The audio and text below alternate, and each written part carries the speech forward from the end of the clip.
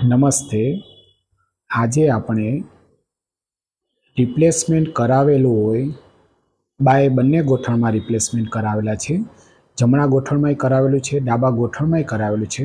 Total ની replacement એટલે જે સાંધો બદલાવેલું આપણે કહીએ છીએ. એના પછી લાંબા લોંગ ટર્મ ઇફેક્ટ ફિઝિયોથેરાપીની શું રહેલી છે.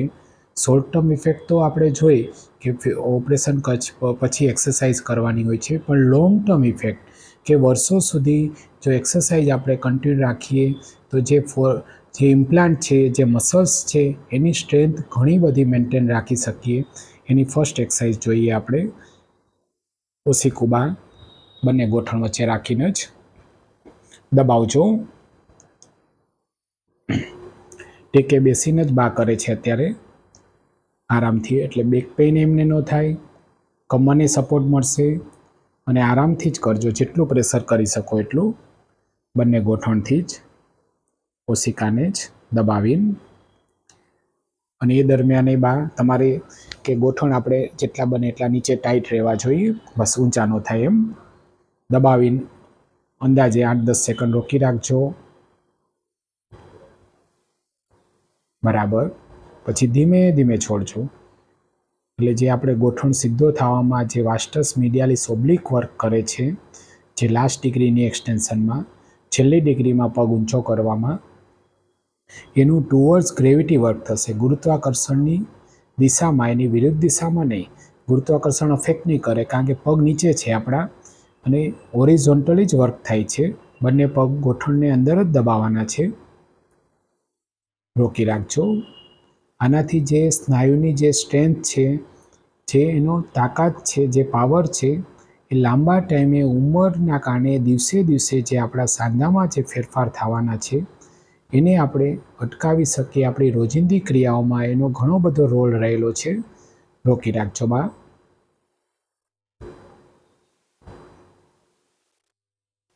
બરાબર છે.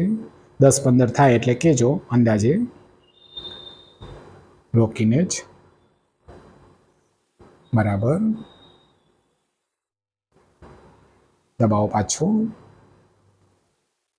જે ગોઠણની ઉપરના જે ક્વાડ્રિસેપ્સના જે નીચેના મસલ્સ છે, વાસ્ટસ મીડિયાલિસ, એનું સૌથી વધુ વર્ક થશે. અને ટેકે બેસીને જ છે, એટલે સલામત એક્સરસાઇઝ છે. સ્નાયુઓ નબળા નથી પડતા, કે રિપ્લેસમેન્ટ તો થઈ જાય છે, પણ આપણા સ્નાયુઓ તો એના જ રહેવાના છે, આપણું આજીવન એના જ રહેવાના છે. તો સ્નાયુની વીકનેસ ન આવે, એની તાકાત જાળવવા માટે રિપ્લેસમેન્ટ પછી થ્રુ આઉટ લાઈફ આજીવન એક્સરસાઇઝનો એટલો જ રોલ છે કે જેટલો રિપ્લેસમેન્ટ પહેલાં રોલ હતો એટલો જ આપણે કહી શકીએ સાયન્ટિફિકલી. હવે નેક્સ્ટ એક્સરસાઇઝ. તકિયો બાના ગોઠણ નીચે રાખેલો છે અને બંને પગને વારાફરથી આપણે ગોઠણ નીચેથી પગને સીધા કરવાના છે. સીધા એકદમ આરામથી થાય. પછી આંગળીઓ થોડીક બા ગોઠણ તરફ લેજો. બરાબર. અંદાજે 8-10 સેકન્ડ રોકી રાખજો.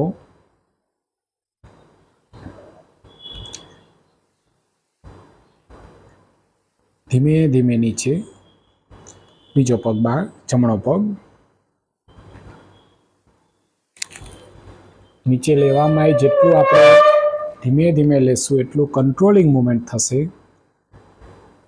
જે મસલ્સની છે, જે એન્ડ્યુરન્સ પાવર છે, એ ડેવલપ થશે. કે ઉપર લેવામાં મસલ્સ સંકોચાય છે, નીચે લેવામાં મસલ્સ રિલેક્સ થાય છે. એટલે જેટલું ઉપર એટલું ઇમ્પોર્ટન્ટ છે, એટલું જ નીચે મુવમેન્ટ કરે છે. એટલો જ સ્નાયુનો રોલ રહેલો છે. કે ઉપર સ્નાયુ એટલા સ્ટ્રોંગ થાય છે ઉપર લેવામાં, નીચે લેવામાં સ્નાયુનો કંટ્રોલ વધે છે. નીચે લેજો ધીમે ધીમે. અને જેટલી આપણે ધીરે ધીરે કરીએ, સ્પીડ ઓછી રાખશો, જર્ક નહીં લાગે.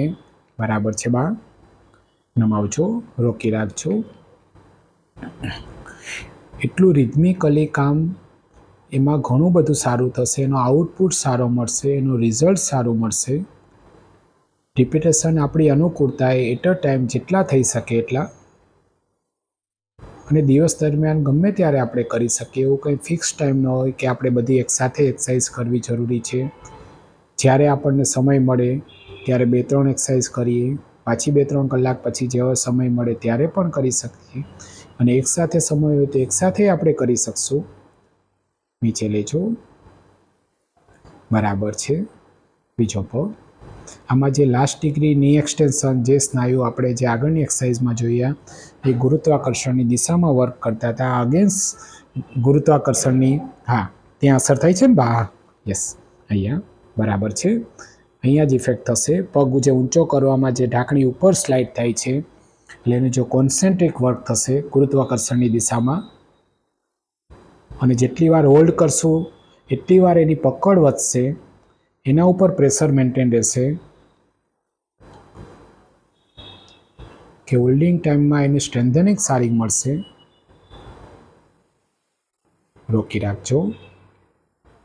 અને અગેન્સ્ટ ગ્રેવિટીના વિરુદ્ધ દિશામાં કામ થાય છે એટલે સ્નાયુને એક્ટિવ ફોર્સ એટલો વધારે કરવો પડશે.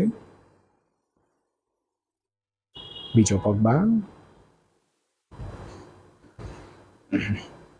રોકી રાખજો.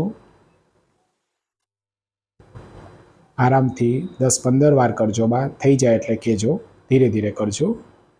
સાવ ધીરે ધીરે કરવાથી કોઈ આડઅસર થવાના કોઈ ચાન્સ નથી, કોઈ શક્યતા નથી, કોઈ જર્ક નહીં લાગે. ક્વોલિટી ઓફ મુવમેન્ટ જ આપણે જો મેન્ટેન રાખીએ કે કઈ એક્સરસાઇઝ કઈ રીતે આપણે કરીએ છીએ એની પાછળ રિઝલ્ટ છુપાયેલું જ છે, આઉટકમ છુપાયેલું છે. આપણે પૂરેપૂરો સમય લઈને એક્સરસાઇઝ કરીએ, કઈ રિધમમાં આપણે પ્રોપર રિધમમાં એક્સરસાઇઝ કરશું તો એનું મેક્સિમમ રિઝલ્ટ મળવાનું છે આપણને. રોકી રાખજો બા.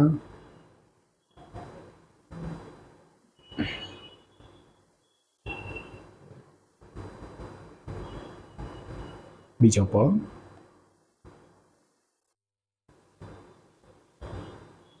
જે ઓપરેશન પછી જે આપણા સ્નાયુઓ છે, આપણી ઉંમર વધે છે એમ દિવસે દિવસે એમાં થોડાક ફેરફારો આવી શકે છે. જે વીક થવાના છે એ કુદરતી ક્રિયા છે.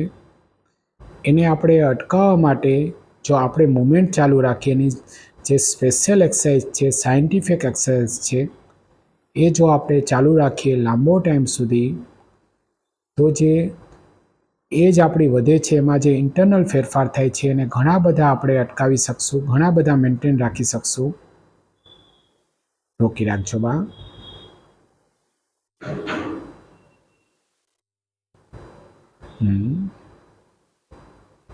થઈ ગઈ છે બા? ઓકે. નેક્સ્ટ હવે ટેકે બેસીને જ બા બંને ગોઠણથી નીચે દબાવવાનું છે કે ગોઠણ નીચે જગ્યા ન રહે એ રીતે ટાઈટ કરજો. અંદાજે 8-10 સેકન્ડ રોકી શકશો. એટલે જે બા દબાવે છે ત્યારે કરકલી પડે છે એટલે સ્નાયુનું કોન્સન્ટ્રિક વર્ક થાય છે. રોકી રાખજો. એટલે જે એફએફડીના ચાન્સ હોય કે ફિક્સ ફ્લેક્શન ડિફોર્મિટી, જે ગોઠણ વળેલો હોય, નીચે જગ્યા રહેતી હોય, એ પ્રિવેન્ટ કરવા માટે લાંબા ટાઈમ સુધી એમાં કાંઈ સાંધામાં ફેરફાર ન થાય એના માટે એક્સરસાઇઝ બહુ જ અસરકારક છે. રોકી રાખજો બા. બરાબર ટાઈટ કરીને જ. જેટલું આપણે પ્રેશર કરશું એટલો ગોઠણ સીધો થશે, ઢાંકણી ઉપર સ્લાઇડ થાય એવું ફીલ થશે, થોડીક ખેંચાશે ઉપરની તરફ, દિશામાં આવશે. બરાબર. બીજો પગ બા દબાવીને રોકી રાખજો. રોકો.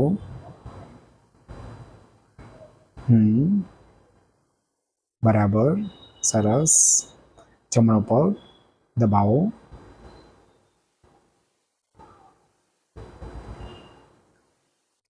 જે ઢાંકણીની જે મોબિલિટી છે, પટેલાની જે મોબિલિટી છે એ આ એક્સરસાઇઝથી આપણે લાંબો ટાઈમ મેન્ટેન રાખી શકીએ છીએ. એ જે ઉપરનું જે સ્ટ્રક્ચર છે ટાઈટ નથી થતું એટલે જે ઢાંકણીની જે મૂવમેન્ટ છે, ઢાંકણી ઉપર નીચે થવી, અંદર બહાર ખસવી, એ પ્રક્રિયા એકદમ નોર્મલી જળવાઈ શકે છે. રોકી રાખજો બા. અત્યારે જે ક્વાડ્રિસેપ્સનું છે સ્ટેટિક વર્ક થાય છે, વિધાઉટ મુવમેન્ટ વર્ક થાય છે, એટ રેસ્ટ પોઝિશનમાં વર્ક થાય છે, કે પગ તો આપણા સીધા જ છે, કે ઉપર નીચે કરવાના નથી, ઊંચા નથી કરવાના, વાળવાના નથી. બરાબર છે, રોકી રાખજો બા, દબાવીને જ.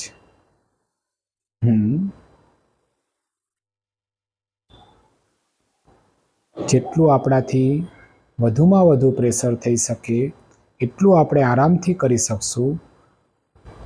અને આ સેલ્ફ જ કરવાનું છે, એટલે આપણને કોઈ મનમાં શંકા નહીં રહે કે કદાચ વધારે કરવાથી બીજું કાંઈ પ્રોબ્લેમ થઈ શકે, સાંધામાં કાંઈ પ્રોબ્લેમ થઈ શકે, ઓપરેશનવાળા ભાગમાં કાંઈ પ્રોબ્લેમ થઈ શકે, ઇમ્પ્લાન્ટમાં કંઈ થઈ શકે, એની કોઈ શક્યતા નથી. આપણે જાતે જ કરવાનું છે અને મસલ્સથી જ કામ થશે, સ્નાયુથી જ ફોર્સ કરવાનો છે. થઈ ગઈ બા? નેક્સ્ટ. ઓકે, દબાવજો બા, બંને ઢાંકણીથી ગોઠણને ટાઈટ કરો, રોકી રાખજો. બરાબર, જેટલું પ્રેશર થાય એટલું, જેટલું પ્રેશર વધારે થશે એટલી કળતલી વધારે પડશે, એટલા સ્નાયુ ઢાંકણીને ખેંચશે ઉપરની તરફ, અને એટલા ગોઠણ આપણા સ્ટ્રેટ રહી શકશે, સીધા રહી શકશે. જે ઉપરના જે થાઈ મસલ્સ છે, ક્વાડ્રિસેપ્સનો પાવર વધશે એનાથી. જે આપણે બેઠા હોય ઊભા થવામાં, ચાલવામાં, ઘરમાં હરફર કરવામાં, ઊભા રહેવામાં, જે ઉપરનો જે ક્વાડ્રિસેપ્સ મસલ્સ છે, થાઈ રીઝનના જે મસલ્સ છે, એનો ઘણો બધો રોલ રહેલો છે. એ મસલ્સ જેટલા મજબૂત હોય એટલું આપણે આપણી રોજિંદી ક્રિયાઓમાં આપણે 15-20 મિનિટ આરામથી ઊભા રહી શકીએ. એનાથી વધારે જો આપણી જરૂરિયાત હોય તો એ ઊભા રહી શકશું. આપણા મસલ્સ, આપણો જોઈન્ટ સારો હોય, ચાલવામાં આપણે રોજિંદી ક્રિયાઓમાં એટલું બધું કોમ્પ્રોમાઇઝેશન ન કરવું પડે, કે જે આપણું ઓપરેશન થઈ ગયું છે પણ જે આપણા મસલ્સની જે સ્ટ્રેન્થ આપણે મેન્ટેન રાખીએ તો ઓપરેશનને એક્સ્ટ્રા બેનિફિટ થઈ શકે. કે આપણા મસલ્સ તો જે છે એ જ રહેવાના છે, ઓપરેશન પહેલાં છે અને પછી છે. એની સ્ટ્રેન્થ જોઈન્ટ ઉપર આધારિત છે, કે આપણે પગ વાળશું એટલે જે બોનની મૂવમેન્ટ થવાની છે, પણ એ મૂવમેન્ટ કોણ કરશે? આપણા સ્નાયુ કરશે. આપણા સ્નાયુ સારા હશે તો પગ આપણો ઊંચો એટલો સહેલાઈથી થઈ શકશે, આપણો પગ એટલો વળી શકશે, એનામાં તાકાત સારી હશે. તો દબાવજો બા, રોકી રાખજો. બરાબર છે, જેટલું વધુમાં વધુ પ્રેશર કરી શકાય એટલું આરામથી કરજો. ખાલી કદાચ થોડોક આપણને ખેંચાય એવું લાગશે, થોડોક થાક લાગશે, બીજું કોઈ નુકસાનના કોઈ ચાન્સ નથી. આરામથી જ કરી શકાશે આપણું. એટ અ ટાઈમ જેટલા રિપીટેશન કરી શકીએ એટલા. રોકી રાખજો બા, દબાવો. બરાબર, યસ. નેક્સ્ટ આપણે બંને એન્કલને પગના કાંડામાંથી પગને ગોઠણ તરફ લેવાનો છે, આપણા ચહેરા તરફ લેવાનો છે. બા, કાંડામાંથી પગ તમારી બાજુ લેજો, જેટલો લેવાય એટલો. બરાબર છે. અને એ દરમિયાન આપણા ગોઠણને ખાલી ઊંચા ન થાય એટલું આપણે ધ્યાન રાખશું, કે લિફ્ટ ન થાય એમ. બસ ગોઠણ એની સ્થિતિમાં જ રહેવા જોઈએ. જ્યારે આપણે પગ લેતા હોય કાંડામાંથી ઉપર લેજો બા, રોકી રાખજો. ગોઠણથી આપણે દબાવશું નહીં, પણ આપણે એટલું ધ્યાન રાખીએ કે ઊંચો ન થાય. પગ આપણો જે ન્યુટ્રલ પોઝિશનમાં, જે સામાન્ય સ્થિતિમાં છે, એ આપણે જો જાળવીને કરશું તો એનું આઉટપુટ, એનું પરિણામ સારું આવશે. રોકી રાખજો બા, દબાવો, તમારી તરફ ખેંચો. બરાબર છે, કે જે ગોઠણનું લેવલ એ જળવાઈ રહેશે. ગોઠણ એકદમ સીધી પોઝિશનમાં રહેશે. એક્સટેન્ડેડ પોઝિશનમાં રાખીને જ આપણે જે પગના કાંડાને લઈએ છીએ, એટલે ગોઠણથી થોડુંક નીચે પ્રેશર આવી શકે ઇનડાયરેક્ટલી, કારણ કે આપણે પગના કાંડાને આપણે આપણી તરફ જાળવવાનો છે, એટલે થોડુંક તો આપણે કાઉન્ટર પ્રેશર એના ઉપર આવશે. એટલે જે પાછળના જે સાથળના મસલ્સ છે, હેમસ્ટ્રિંગ, યસ, એની ઇનડાયરેક્ટલી સ્ટ્રેચિંગ ઇફેક્ટ આવશે. અને જે એન્કલમાંથી આપણે લઈએ છીએ એટલે આપણા કાફ મસલ્સ છે, એનું તો સ્ટ્રેચિંગ આવવાનું જ છે. યસ, એટલે આપણે જે પિંડીના સ્નાયુ છે એ રિલેક્સ થશે આમાં. બરાબર છે બા, લઈ જાઓ, રોકી રાખજો. જેટલી વાર આપણાથી રોકાય એટલી વાર, અને જેટલો પગ આપણે આપણી તરફ ખેંચી શકીએ, ગોઠણ તરફ, ચહેરા તરફ. બરાબર, સરસ. બીજો પગ રોકી રાખજો. આનાથી જે આપણે કાંડાની મુવમેન્ટ જાળવી શકશું ગોઠણની સાથે, કે આપણે ચાલીએ છીએ ત્યારે આપણા પગની પેની પહેલાં પડે છે, પછી પગની આંગળીઓનો ભાગ પડે છે. જે આપણે નોર્મલ ચાલવાની પદ્ધતિ વિચારીએ તો એ આપણે લાંબો ટાઈમ સુધી જાળવવા માટે ગોઠણની સાથે પગના કાંડાની મુવમેન્ટ સારી રહેવી જરૂરી છે. કે જેટલો ગોઠણ ઉપર વજન આવવાનો છે એટલો જ પગના કાંડા ઉપર વજન આવશે. રોકી રાખજો બા. બરાબર.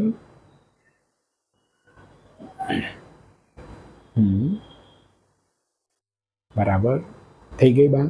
Okay, next. સીધા સૂઈને જ બા પગ વાળવાનો છે. ગોઠણમાંથી વાળો પગ, જેટલો વધારે વળે એટલો બા વાળે છે. અત્યારે વાળ્યા પછી પગને થોડોક ઉપર લેવાનો છે કાંડામાંથી, એટલે જે આપણી વધુમાં વધુ રેન્જ છે એને જાળવવા માટે જે નીચેથી ઇનડાયરેક્ટલી થોડોક પેસિવલી ફોર્સ મળી શકે એન્કલની મૂવમેન્ટ કરીએ એટલે. બીજો પગ બા વાળજો. બરાબર છે, જેટલો વળે એટલો વાળજો બા. બરાબર છે. પછી એમ લાગે પગ નથી જતો એટલે કાંડામાંથી આપણે પગ ઉપર લઈ શકીએ છીએ.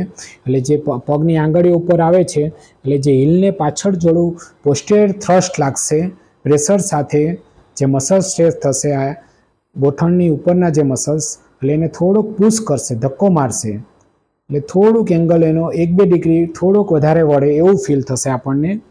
ઇનડાયરેક્ટલી ગોઠણમાં જ ઇફેક્ટ થશે કે આપણો પગ થોડોક વળે છે મોમેન્ટ નીચેથી કરશું તોય. રોકી રાખજો બા. બરાબર, જેટલો વળે એટલો વાળી પછી જ પગના કાંડાથી ઉપર તમારી સાઈડ લેજો.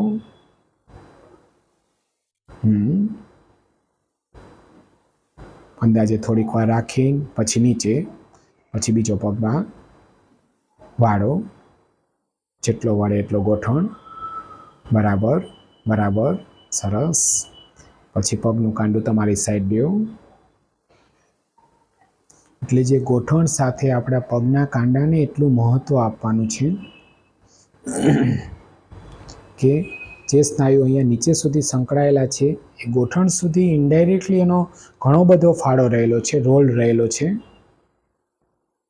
વાળો બા. કે શરીરનું વજન ગોઠણ ઉપર આવવાનું છે એટલું જ નીચે આવવાનું છે પગના કાંડા ઉપર. રોકી રાખજો. બરાબર.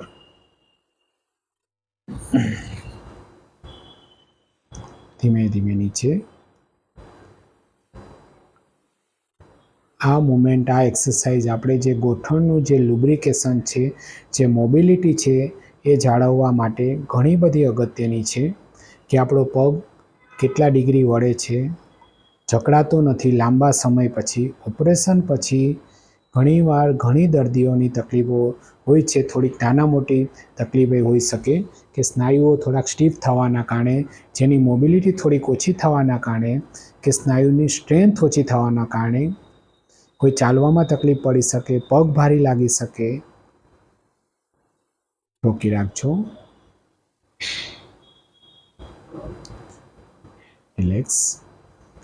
એટલે જે ઓપરેશન પછી એક્સરસાઇઝનો એટલો જ ફાયદો છે, થ્રુ આઉટ લાઈફ ફાયદો છે એનો, કે આપણે એને મેન્ટેન રાખીએ તો લાંબા ટાઈમ સુધી આપણા જે ગોઠણના જે આપણા પગના સ્નાયુ છે એની મુવમેન્ટ જાળવી શકીએ. સાંધો જકડાતો નથી, એની તાકાત જળવાઈ રહેશે. નેક્સ્ટ. હવે સીધો પગ ઊંચો કરવાનો છે બા. પહેલાં કોઈ પણ એક પગ કરજો અને થાય એટલો આરામથી કરી શકશો. એવું એંગલ જરૂરી નથી કે 70 ડિગ્રી, 60 ડિગ્રી, 80 ડિગ્રી કરો. 30થી 40 ડિગ્રી સુધી કરશું તો એ જે ફંક્શનલ રેન્જ છે, આપણે ચાલીએ છીએ ત્યારે આપણો પગ જેટલો આગળ આવે છે એ બાયોમિકેનિક્સ પ્રમાણે 30થી 40 ડિગ્રી, 50 ડિગ્રી આપણે પગ ઊંચો કરીએ તો જે આપણે ચાલવામાં જે સ્નાયુના જે ફાઇબર્સનો યુઝ થાય છે, જે સ્નાયુનો વધારે રોલ રહેલો છે એનું આપણે આ એક્સરસાઇઝમાં કામ જાળવી શકશું, એની તાકાત જાળવી શકશું. બરાબર છે. જેટલી વાર રોકાય એટલી વાર રોકજો બા. અને ધીમે ધીમે નીચે એ જે આપણે વાત કરીએ તે જેટલું સ્લોલી મૂવમેન્ટ થશે, રિપીટેશન કરતા કઈ રિધમમાં મૂવમેન્ટ થાય છે, જરાય ઝરક ન લાગે, જરાય ઝડપ ન થાય, તો એનો જે આઉટપુટ આવવાનો છે, જે રિઝલ્ટ આવવાનું છે, એ મેક્સિમમ આપણે વધુમાં વધુ મેળવી શકશું રેગ્યુલર મહેનતથી. લઈ જવા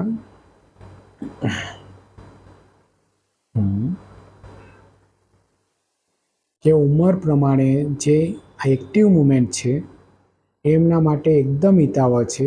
સપોઝ આનાથી આપણે આગળનું સ્ટેજ વિચારીએ કે સ્ટ્રેન્થનિંગ પર્પઝ માટે, તો આ ઉંમરે કદાચ આપણને એનાથી એક્સ્ટ્રા બેનિફિટ ન પણ થઈ શકે, કે જેની એક્ટિવ મોબિલિટી છે, સાંધાની જે મુવમેન્ટ છે, સ્ટ્રેન્થ છે, અને દરેક એક્સરસાઇઝમાં આપણે હોલ્ડ કરાવીએ, રોકી રાખજો બા, તેમનું ઇનડાયરેક્ટલી સ્ટ્રેન્થનિંગ આવવાનું જ છે. લઈ જાઓ બા, રોકી રાખજો.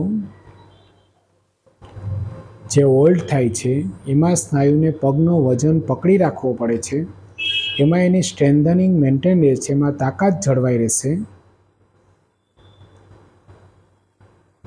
બરાબર છે. ધીરે ધીરે નીચે, એટલે કંટ્રોલ સારો આવશે, જર્ક નહીં લાગે કોઈ. બરાબર છે.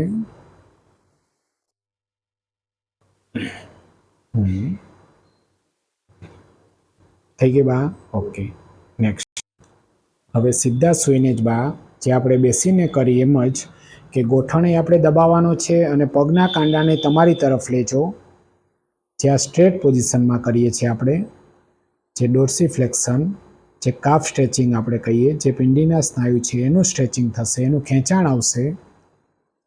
જે લાઇન પોઝિશનમાં, એકદમ સીધા પોઝિશનમાં, સીધા સૂઈને જ પગના કાંડાને તમારી તરફ જેટલો લેવાય એટલો, ખેંચાય એટલો ખેંચો બા.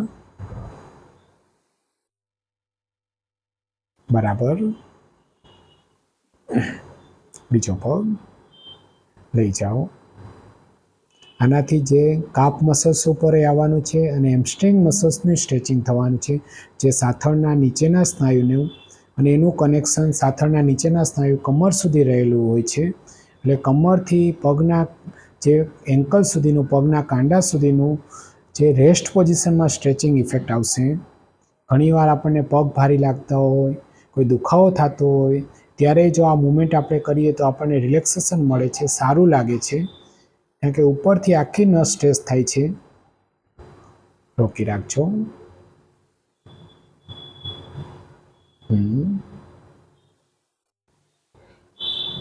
અને પમ્પિંગ એક જાતનું એગ્રાવેટ થશે, જે લોહીનું પરિભ્રમણ આપણે જે કહીએ છીએ એને પમ્પિંગ મળશે, એની જે સ્પીડ છે વધશે, જે આપણા પિંડીના સ્નાયુ, જે કાફ મસલ્સ છે એ જેટલા રિલેક્સ હશે એટલું ઇનડાયરેક્ટલી હૃદયને ઓછું કામ કરવું પડશે,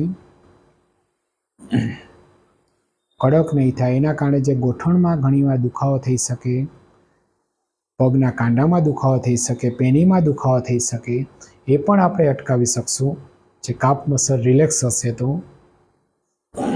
રોકી રાખજો બા તમારી તરફ. સરસ. ધીમે ધીમે બીજો પગ.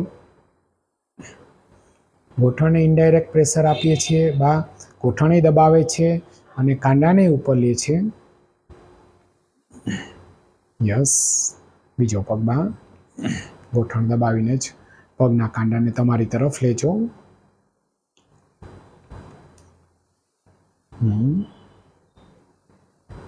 થઈ ગઈ બા? Okay, next. જમણા પગને બહાર લેવાનો છે બા, મારી તરફ. હા, થઈ જાવ બાજુ 30-35 ડિગ્રી સુધી. બરાબર છે. જે હિપ એબડક્શન આપણે કહીએ છીએ, જે હિપ એબડક્શનમાં ગ્લુટિયસ મિનિમસ અને મીડિયસનો રોલ રહેલો છે. થોડીક વાર રોકીને જ અંદર લઈ જાઓ, ધીમે ધીમે. પગ જો ઊંચો ન ફાવે બા તો નીચે રાખી શકશો, ઘસડીને લઈ જઈ શકશો. બરાબર. 30-35 ડિગ્રી સુધી લઈ જાઓ. સરસ.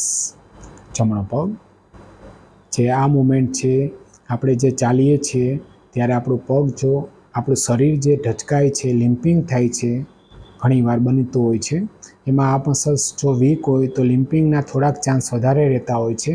એબડક્ટર મસલ્સ જે હિપ જોઈન્ટના સાઈડના જે સ્નાયુ આપણે કહેતા હોય છે, ધીમે ધીમે બા સાવ ધીરે ધીરે જમણો પગ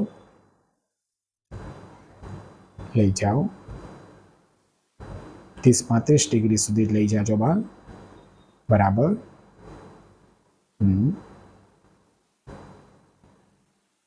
થોડોક નીચે રાખો તો નીચે રાખજો બા, નીચે બસ બરાબર છે, ખસડીને જ લઈ જાઓ. હવે આ પગ જમણો પગ બરાબર છે, રોકી રાખજો 30-35 ડિગ્રી સુધી જ, કે એની નોર્મલ રેન્જ છે 35-40 ડિગ્રી નોર્મલ રેન્જ છે, કે વધારે પછી આપણે પગને બહાર લઈશું તો એને નોર્મલ રેન્જ કરતાં વધારે બહાર નથી આવતો, પણ એની જગ્યાએ બીજા સ્નાયુ, બીજા સાંધાનું વર્ક થાય છે, કમ્પેન્સેટરી વર્ક થાય છે. બરાબર છે બા, રોકી રાખજો.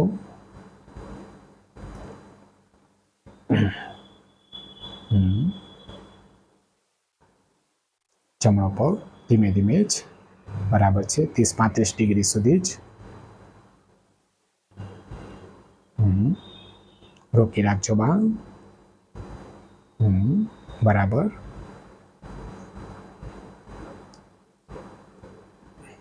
જેટલું આપણે ધીરે ધીરે કરીએ છીએ એટલું મસલ્સનું વર્ક વધારે થાય છે. કદાચ બની શકે કે આપણે ધીરે ધીરે કરીએ તો રિપીટેશન આપણે ઓછા થઈ શકે, કારણ કે આપણે જેટલું સ્લોલી કરશે, જેટલું કરીએ છીએ એટલા આપણા મસલ્સ તરત થાકે છે, કારણ કે એમાં કંટ્રોલ અને ફોર્સ વધારે જરૂરિયાત હોય છે. બરાબર, લઈ જવા ધીમે ધીમે જ.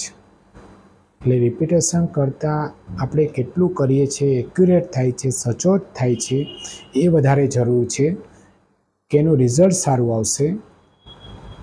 રોકી રાખજો બા, અને આપણે લોંગ ટાઈમ માટે જાળવી શકશું. કોઈ આપણને આડઅસર નહીં થાય, કોઈ આપણા મનમાં પ્રશ્નો નહીં થાય કે હું આટલા વર્ષોથી કરું છું, મને કાંઈ પ્રોબ્લેમ થાય છે. લઈ જાઓ બા, રોકી રાખજો, બરાબર. થઈ ગઈ, ઓકે. નેક્સ્ટ બા, હવે આપણે ખુરશીમાં ટેકે બેસીને કરીએ છીએ. પગ ઊંચો કરેલો છે બાએ, અંદાજે જેટલી વાર રોકી શકાય એટલી વાર, 8-10 સેકન્ડ. નીચે લઈ જાઓ, નીચે એકદમ ધીરે ધીરે, અને નીચે આ એંગલમાં અત્યારે જે 90 ડિગ્રી કાટખૂણો આપણને દેખાય છે, જે નીચેના પગમાં, ડાબા પગમાં, એ ઇનફ છે. એ ફંક્શનલ રેન્જ માટે, આપણે ખુરશીની સિટિંગ માટે એ એકદમ જરૂરી છે, એ પૂરતો છે એટલો. રોકી રાખજો બા, 8-10 સેકન્ડ.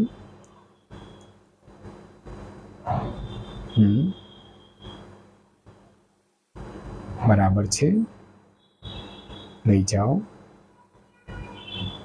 બરાબર છે. હવે બા એકદમ સીધો પગ થઈ જાય છે એટલે આંગળીઓને થોડુંક તમારી બાજુ લઈ શકશો, થોડાક જ, બહુ પ્રેશર ન આપતા, ટેન્શન વધે નહીં એમ. પહેલાં પગ આપણો સીધો થઈ જાય છે, પછી આંગળીઓને થોડુંક તમારી બાજુ લેજો, સાવ સામાન્ય પ્રેશરથી જ. પછી રિલેક્સ, કે આપણો જે આટલો 90 ડિગ્રી આવી જાય છે એટલો ઇનફ છે. પછી આપણે જે અંદર ધક્કો મારવાની જરૂર નથી ખુરશીમાં, કે આ પગ હજી અંદર કેમ નથી જતો, અત્યારે એકદમ ઇનફ છે, સફિશિયન્ટ છે એ એંગલ. રોકી રાખજો બા, અને થોડીક આંગળીઓ તમારી સાઈડ લઈ શકશો.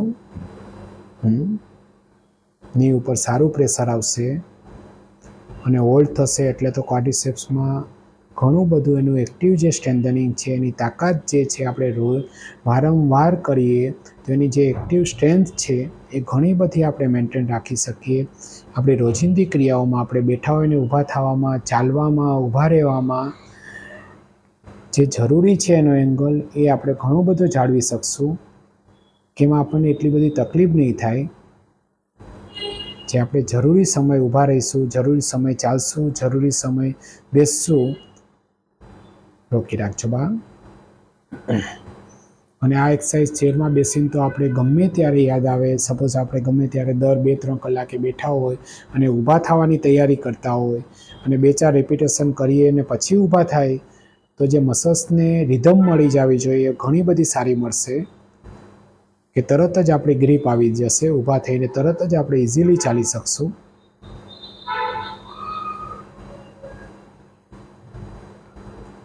રોકી રાખજો બા. બરાબર છે. યસ.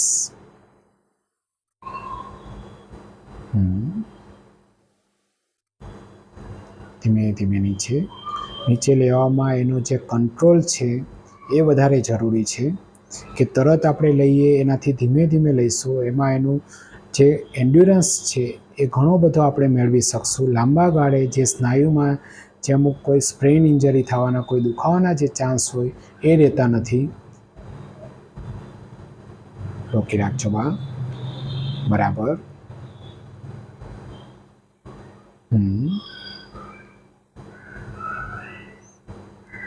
બરાબર. બીજો પગ બા લઈ જાઓ. સાંધાનું જે લુબ્રિકેશન છે, એની મુવમેન્ટ છે એ ઘણી બધી જળવાઈ રહેશે.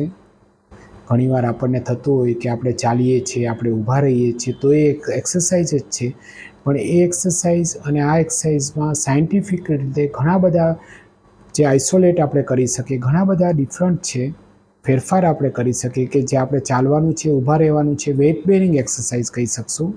અને જે આ બધી સાયન્ટિફિક એક્સરસાઇઝ કરીએ આપણે સૂઈને બેસીને, એ નોન વેઇટ બેરિંગ એક્સરસાઇઝ છે, કે એમાં આપણે સાંધાની સ્ટ્રેન્થ, સાંધાનું જે મોબિલિટી છે એ જાળવી રાખશું, પ્લસ કે સ્નાયુની તાકાત વધુ ને વધુ કરી શકશું. રોકી રાખજો બા. કે જે નોન વેટ બેરિંગ છે એનો આખો જ રોલ અલગ છે, એના કોમ્પ્લિકેશન નથી રહેતા, એમાં સ્નાયુની તાકાત જળવાઈ રહેશે.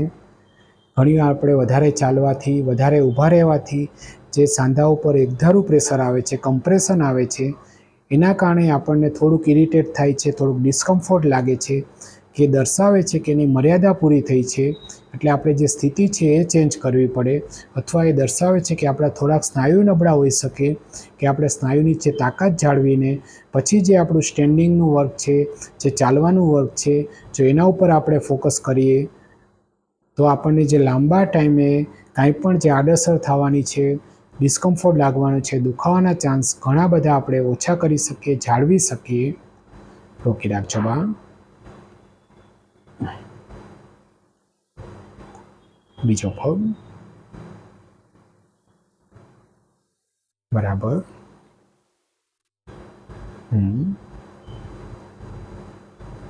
સાવ ધીરે ધીરે આ જ રિધમમાં કરવાથી આપણને બહુ જ સારું રિઝલ્ટ મળે છે. વૈજ્ઞાનિક દ્રષ્ટિએ બહુ જ સારું રિઝલ્ટ મળે છે. જેવો આપણો સમય એવું ફિક્સ નથી કે આટલા રિપીટેશન જ કરવા, 2-3 રિપીટેશન કરીએ ને પછી આપણું વર્ક કરીએ, 1-2 એક્સરસાઇઝ કરીએ ને પછી જો આપણું કામ કરીએ તો આપણને રિઝલ્ટ જે મળવાનું છે તો મળવાનું જ છે. થઈ ગઈ બા? ઓકે. આ આપણે બધી જ જે બાને બંને ગોઠણમાં ઓપરેશન કર્યું છે, એકમાં 4 વર્ષ જેવું થઈ ગયું છે અને બીજા પગમાં, જે ડાબા પગમાં 4-5 મહિના થયા છે. જેની બધી સર્જરી પછી પોસ્ટ ટર્મ ઇફેક્ટ શું હોય છે ફિઝિયોથેરાપીની, બાએ આટલા સમયથી રેગ્યુલર રાખેલી છે. એક પગમાં તો 4 વર્ષથી ઓપરેશન કર્યું છે તો એ રેગ્યુલર એક્સરસાઇઝ રાખેલી છે, એટલે ઘણો બધો એમને કોન્ફિડન્સ છે આ ઉંમરે. બા કેટલી ઉંમર છે તમારી? 83 છે. અને જમણા પગમાં ઓપરેશન કરાવીને કેટલો ટાઈમ થયો છે? 2020માં. ત્યારથી પછી એક્સરસાઇઝ રેગ્યુલર જ છે અત્યાર સુધી? રેગ્યુલર જ રાખી છે. એટલે જે સર્જરી પછીનો જે લોંગ ટર્મ પીરિયડ છે એમાં ફિઝિયોથેરાપીનો શું રોલ રહેલો છે, કે સર્જરી આપણે સાંધામાં થઈ જાય છે, ઇમ્પ્લાન્ટ બેસાડી જાય છે, જે ફોરેન બોડી મટીરિયલ આવી જાય છે, પણ જેના કારણે જે એજ આપણી વધવાની છે ડે ટુ ડે, જે સ્નાયુની આપણે જો સ્ટ્રેન્થ જાળવી શકીએ, આપણા સ્નાયુ તો પહેલાં હોય અને એ સર્જરી પછી એના રહેવાના છે. જો આપણી ફંક્શનલ એક્ટિવિટીમાં આપણા સ્નાયુની સ્ટ્રેન્થ સારી રહે તો આપણને વર્ષો પછી પણ, સર્જરીના ઘણા બધા વર્ષો પછી પણ આપણને રોજિંદી ક્રિયાઓમાં કાંઈ જ ફેરફાર નથી થતો. આપણને એમ જ લાગે છે મારા ગોઠણ તો એટલા સરસ છે, ફ્રી છે, ચાલવામાં, ઊભા રહેવામાં, ચડ ઉતરવામાં એમાં ડિસ્કમ્ફર્ટ નથી લાગતો, દુખાવો નથી થતો. એ જે લોંગ ટર્મ ઇફેક્ટ છે ફિઝિયોથેરાપીની, જે સ્પેશિયલ એક્સરસાઇઝનો રોલ રહેલો છે એના વિશેની બધી આપણે એક્સરસાઇઝ જોઈ અને માહિતી જોઈ કે પોસ્ટ લોંગ ટર્મ ઇફેક્ટ ઘણી બધી થ્રુ આઉટ લાઈફ સુધી આપણે જો સ્નાયુની સ્ટ્રેન્થ મેન્ટેન કરીએ તો જોઈન્ટની જે મોબિલિટી છે, જોઈન્ટ જકડાતા નથી અને સ્નાયુની જે તાકાત જળવાઈ રહેશે. આ વિડીયો સાંભળવા જોવા માટે ખૂબ ખૂબ ધન્યવાદ. Thank you very much. જય ભારત, જય હિન્દ.